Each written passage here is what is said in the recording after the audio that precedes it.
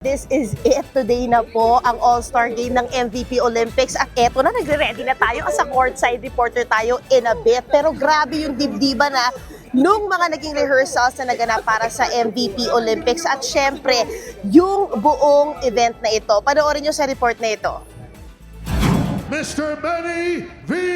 Pangilinan! Pinangungunahan mismo ni MVP Group of Companies CEO and President Manny V. Pangilinan ang opisyal na pagbubukas ng MVP Olympics 2026 sa Meralco Grounds sa Pasig City nitong weekend. Present sa lighting of the torch, si Gilas Pilipinas star Dwight Ramos. May live performances din mula sa nag-iisang Asia Songbird, Regine Velasquez Alcacid. Magkahawak ang ating kamay at walang kamalay-malay. At dance royalty, Maha Salvador. Baby, eat this peach and this plum.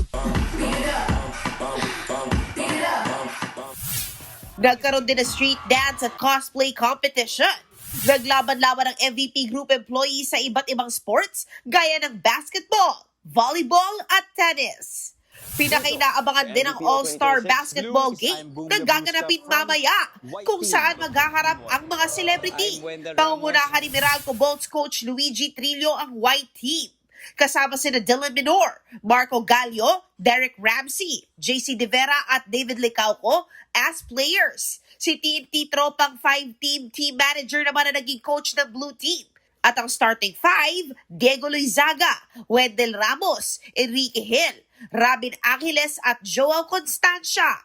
Kaya kanya-kanyang practice na ang parehong teams. May special performance din sina Jed Madela at Jonah sa All-Star Game.